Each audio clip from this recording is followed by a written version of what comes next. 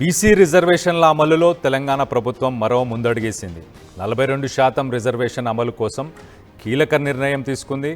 అందులో భాగంగా 42% రిజర్వేషన్ల కోసం రూపొందించిన ఆర్డినెన్స్ ముసాయిదాను రాజ్భవన్కు చేరింది.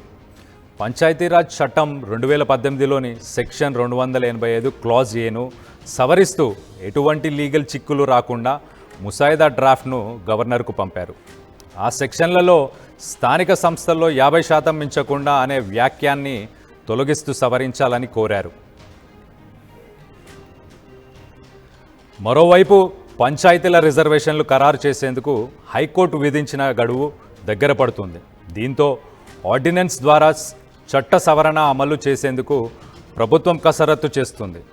న్యాయశాఖ ఆమోదం తర్వాత సీఎం సంబంధిత మంత్రి సంతకాల తర్వాత ఫైల్ను రాజ్భవన్కు ముసాయిదాగా పంపించింది ప్రభుత్వం.